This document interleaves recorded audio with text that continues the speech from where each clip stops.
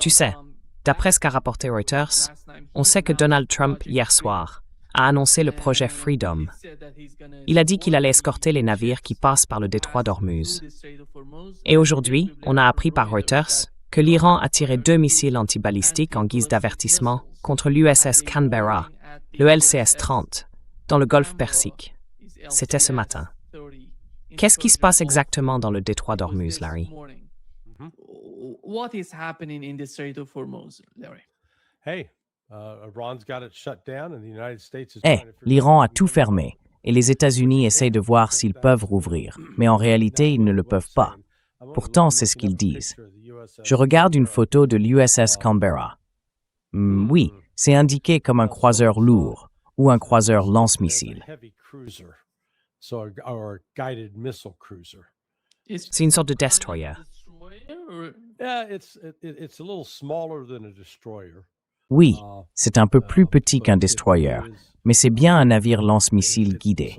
Normalement, ces bâtiments font partie d'un groupe aéronaval. Là, il faut regarder la configuration du pont, avec ses systèmes de lancement vertical. En gros, ce sont des tubes intégrés dans le pont du navire. Ils doivent être chargés à l'avance. Avant que le navire quitte Norfolk ou n'importe quel autre port, les missiles ont été embarqués. Et à ce moment-là, il a fallu faire un choix. Est-ce qu'on charge des missiles offensifs ou défensifs?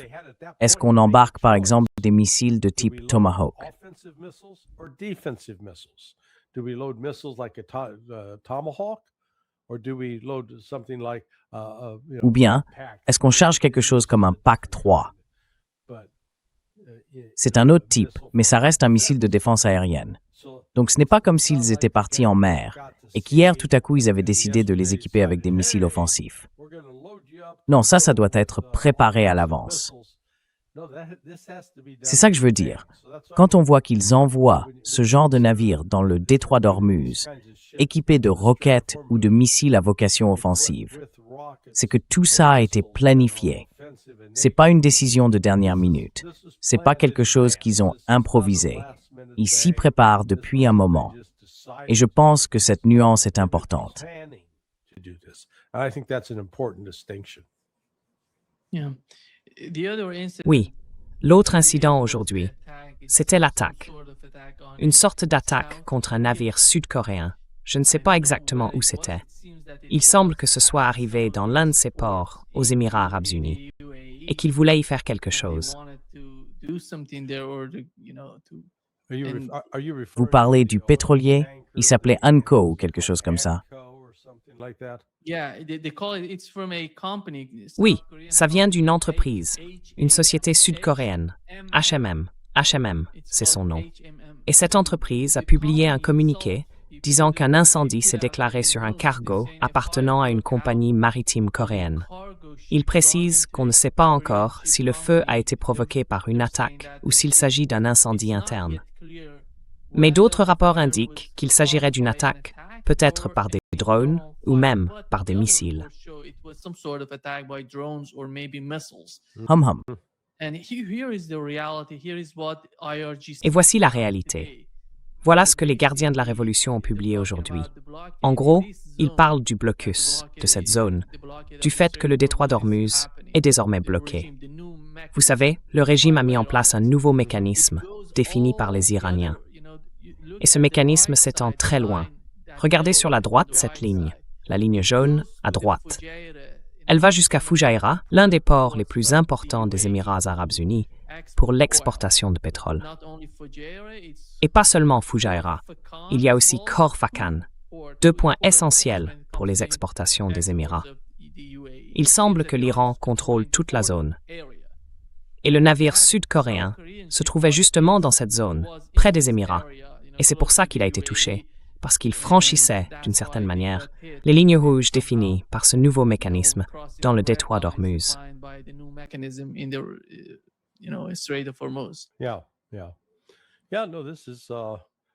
Oui. Non. Mais là, c'est clair. L'Iran défie vraiment les États-Unis. Et les États-Unis, eux, n'ont pas de plan. Ou alors, quel que soit le plan qu'ils ont, je doute fort qu'ils puissent réussir. Disons-le comme ça. Parce que, concrètement, qu'est-ce qu'on veut dire quand on parle de rouvrir le détroit d'Ormuz? Que les navires puissent le traverser sans craindre d'être touchés par un missile ou de sauter sur une mine. D'accord. Donc, il faudrait éliminer la capacité de l'Iran à poser des mines, à déployer des drones sous-marins, des mini-sous-marins avec des torpilles, des drones de surface, des vedettes rapides avec équipage capable de tirer des missiles sur un navire, des drones aériens, des missiles de croisière côtiers, et aussi des missiles balistiques, qu'ils soient de courte ou de moyenne portée.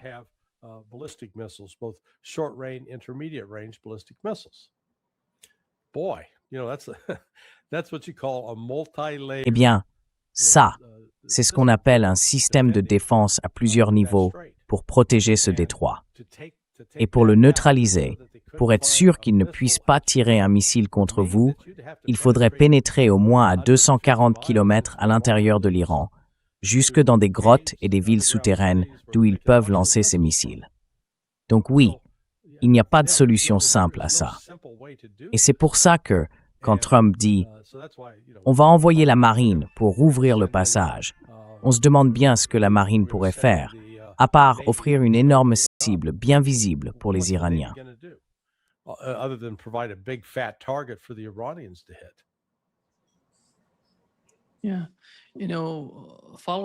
Oui. Tu sais, après les nouvelles tensions d'aujourd'hui, Larry, les États-Unis annoncent en ce moment que les règles d'engagement de leurs forces dans la région changent. Désormais, elles pourront frapper immédiatement toute menace contre les navires qui traversent le détroit, comme les vedettes rapides des gardiens de la Révolution ou les positions de missiles iraniennes. Et ça, c'est la nouveauté. Est-ce que tu considères que c'est une nouvelle escalade?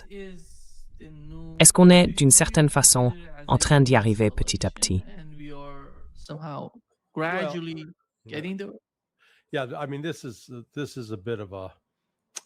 Oui, enfin, disons que c'est un peu une manœuvre de Trump. Vous savez, vendredi, il a déclaré que, voilà, la fin des hostilités, qu'on avait gagné la guerre. Et il a affirmé que ce n'était pas juste une pause, mais bien une victoire. C'était l'opération Fureur épique. Ça, c'est terminé. Mais maintenant, on a cette nouvelle opération, appelée Projet Liberté. Donc, simplement changer le nom ne change pas forcément ce que toutes les forces militaires sont censées faire sur place. Il faut réfléchir concrètement. À moins que les États-Unis ne coordonnent à l'avance le déplacement des navires actuellement bloqués dans le golfe Persique, il sera difficile d'intervenir rapidement sur le terrain. Imaginons qu'ils soient stationnés à la base aérienne d'Al-Dhafra, au sud de Dubaï, et qu'un appel arrive signalant que l'Iran est en train de monter à bord d'un navire, d'un pétrolier, juste au nord du détroit d'Ormuz.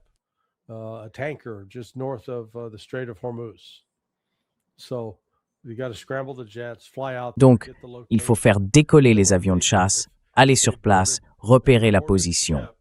Et ensuite, qu'est-ce qu'ils font? S'ils montent à bord d'un navire, on ne va pas bombarder le navire, parce que ce serait faire le travail des Iraniens, en quelque sorte. En réalité, l'Iran ne cherche pas à détruire le navire. Ils veulent simplement en prendre le contrôle, avec sa cargaison ou son équipage. Donc, dans la pratique, ça va être très difficile pour les États-Unis d'être vraiment efficaces, même face à des vedettes iraniennes, à moins d'avoir en permanence un drone qui patrouille au-dessus. Mais d'après ce que je comprends, l'Iran dispose maintenant de contre-mesures assez performantes, capables d'abattre ce drone. Autrement dit, opérer à seulement une vingtaine à une cinquantaine de kilomètres des côtes iraniennes ne laisse pas beaucoup de marge de manœuvre aux États-Unis.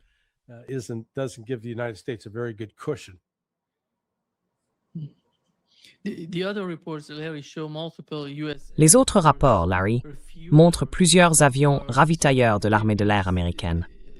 On les voit au-dessus du golfe Persique et du golfe d'Oman, en train de ravitailler des chasseurs américains pour faire respecter les nouvelles règles d'engagement, comme cela a été mentionné. Qu'est-ce que ça veut dire, Larry, et jusqu'où peuvent-ils aller dans ce cadre-là? Je dirais que s'ils passent au-dessus des pays du CCG, parce que ça fait partie du conflit, alors là encore, on va se retrouver pris à revers, Et ils vont frapper des cibles dans ces pays, puisqu'ils utilisent l'espace aérien des États du CCG. S'ils volent au-dessus du golfe Persique, près du détroit d'Ormuz, ils vont entrer dans une zone beaucoup plus dangereuse pour ces avions de chasse. Comment ça va se passer pour eux dans ce cas-là?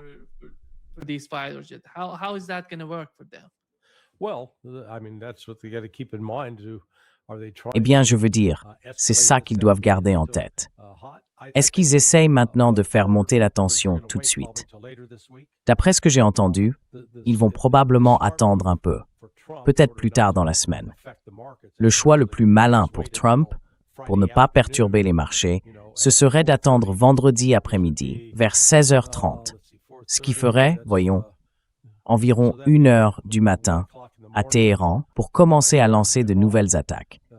Je pense que tout ça va finir par de nouvelles frappes aériennes, même si, apparemment, l'amiral Brad Cooper, en privé, aurait déconseillé cette option.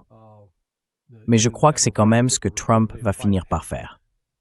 Donc, à mon avis, il y a de fortes chances que ça redevienne une opération militaire active. Mon ami Ray McGovern, lui, espérait que l'avertissement de Poutine, adressé la semaine dernière à la fois à Israël et aux États-Unis, aurait un effet dissuasif pour les empêcher de reprendre les hostilités. Mais franchement, je ne pense pas que Trump et Bibi vont écouter. Et donc oui, je crois que ça risque vraiment de s'envenimer à nouveau.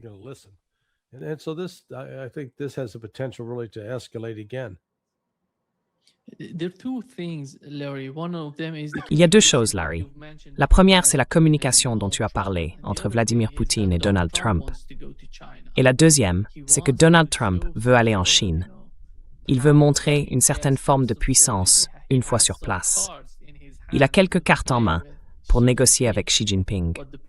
Mais le problème, c'est que Xi Jinping, je ne sais pas si tu as vu la dernière décision prise par la Chine concernant les raffineries qui travaillent avec l'Iran. Le gouvernement chinois a dit « On vous soutient, continuez votre travail. Les sanctions ne vont pas vous affecter parce qu'on est derrière vous. » C'est nouveau, tu sais. C'est important, c'est audacieux et personne n'en parle. Oui, non, la Chine a été très claire. Ils ont dit aux États-Unis « Fichez-nous la paix, vous n'allez pas nous dire quoi faire. »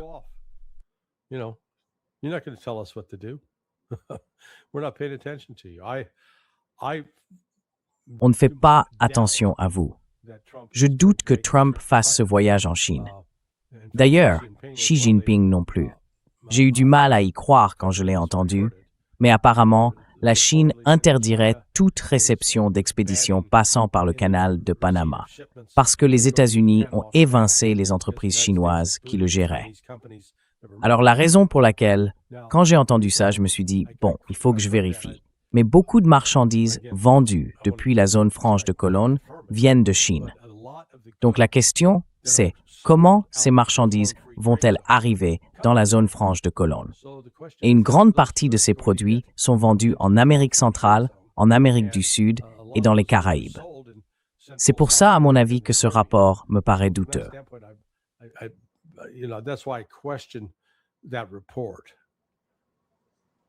Non, non. Il semble, Larry, que l'autre pétrolier ait été attaqué près des Émirats arabes unis. C'est le ministère des Affaires étrangères des Émirats qui l'a signalé. Il indique que le navire, appartenant à la compagnie Emirati ADNOC, près du détroit d'Ormuz, a été attaqué par 2 drones.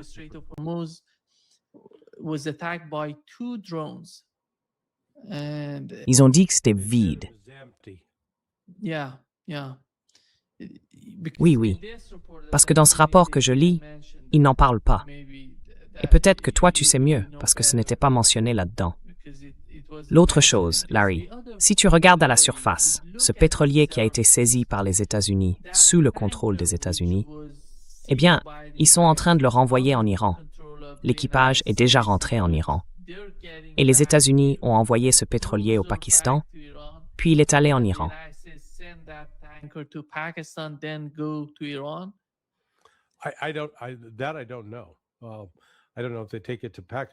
Ça, je ne sais pas. Je ne sais pas s'ils les emmènent au Pakistan, à Diego Garcia ou ailleurs. Vous savez, encore une fois, toute cette histoire de blocus, c'est un peu un mythe. Parce que si vous voulez arrêter un navire, monter à bord et en gros le saisir, la procédure standard de la marine américaine, c'est de placer à bord un équipage de prise, un équipage chargé de faire naviguer ce navire, et d'envoyer un autre bâtiment américain pour l'accompagner. Très bien. Alors, combien de navires sont sortis du golfe Persique depuis le 15 avril? Au moins 150 venant d'Iran. Bon, faites le calcul. Est-ce que les États-Unis ont 150 navires déployés dans le golfe Persique, la mer d'Arabie ou le golfe d'Oman pour intercepter tout ça? Non, bien sûr que non. Ils n'en ont qu'une petite partie.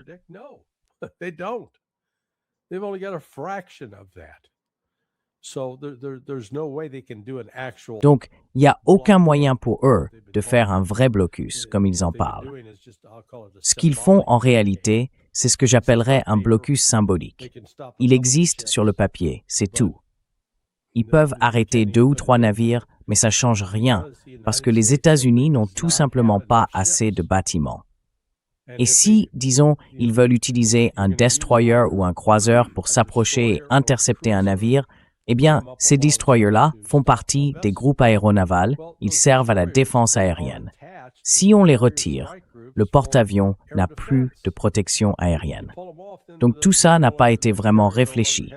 Ou alors, ils n'ont tout simplement pas prévu les moyens nécessaires pour mettre un tel plan en œuvre.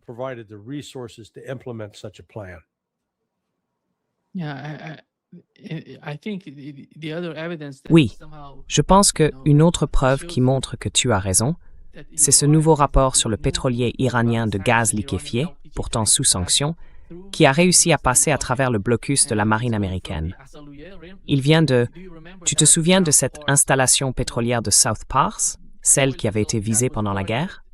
Eh bien, près de ce site, un nouveau pétrolier s'y rend, il traverse le détroit d'Ormuz, sort du côté d'Oman et se dirige vers...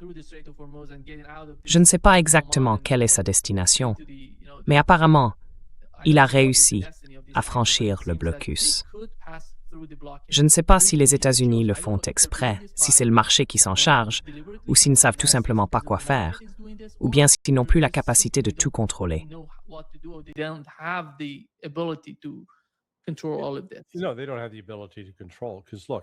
Non, ils n'ont pas la capacité de le contrôler.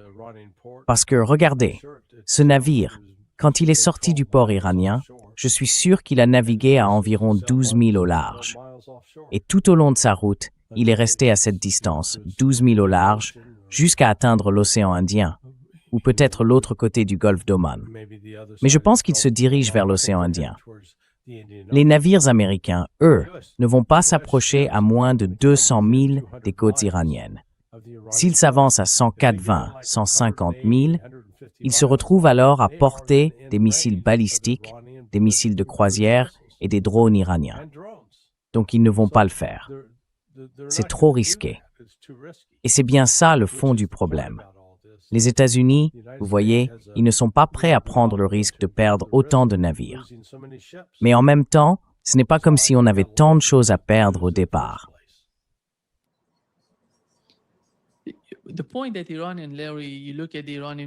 Le point soulevé par l'Iran, et Larry, si tu regardes les médias iraniens, c'est qu'ils insistent sur le fait qu'il n'y a pas de cessez-le-feu. Pour eux, aucun cessez-le-feu n'existe. Ils considèrent que les États-Unis parlent plutôt d'une sorte de pause. Comme ils le disent eux-mêmes, c'est une pause, pas un cessez-le-feu. Parce que depuis, il n'y a pas eu de cessez-le-feu entre le Liban et Israël. Il n'y en a pas eu non plus entre l'Iran et les États-Unis, avec le blocus. Et puis, il y a eu des attaques américaines contre des navires iraniens, et l'Iran a répliqué. Alors, dans quelle situation est-ce qu'on se trouve exactement, si tu devais la définir?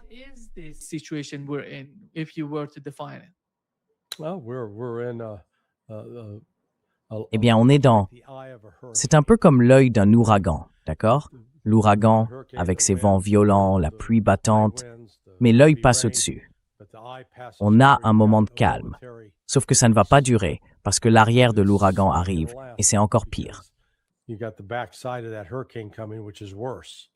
c'est exactement ce qui est sur le point d'arriver.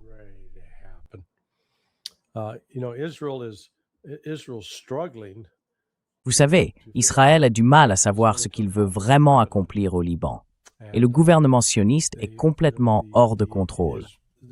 Alors si maintenant ils essaient d'étendre la guerre et de recommencer à bombarder l'Iran, l'Iran va répliquer et frapper Israël de plein fouet. Et ce sera grave. Les Israéliens devront à nouveau vivre dans des abris, comme ils l'ont fait pendant 5 semaines. Israël a été très prudent pour dissimuler l'ampleur des dégâts subis pendant ces 5 semaines. Mais il faut bien se rendre compte que c'était bien pire que tout ce qu'ils ont connu pendant la guerre de 12 jours. Et pendant cette guerre de 12 jours, il y a déjà eu d'importants dégâts sur de nombreuses installations, militaires, industrielles, scientifiques et d'autres encore. Donc non, je pense que la situation va de nouveau s'envenimer.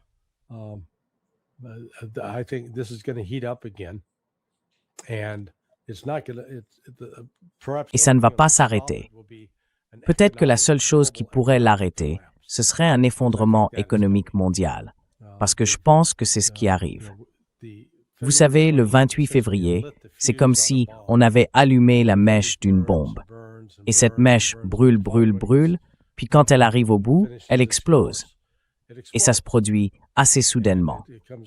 Je pense que c'est exactement ce qu'on va voir. On commence déjà à le constater sur le marché du pétrole. Le marché pétrolier se resserre à nouveau, malgré les efforts de Trump pour dire qu'on a la paix. Et, vous savez, je regardais, le Brent était monté à 111, 112 $. Donc vous voyez, ça commence à avoir un effet en cascade, parce que ça fait grimper les prix de tout le reste. It raises the prices on everything.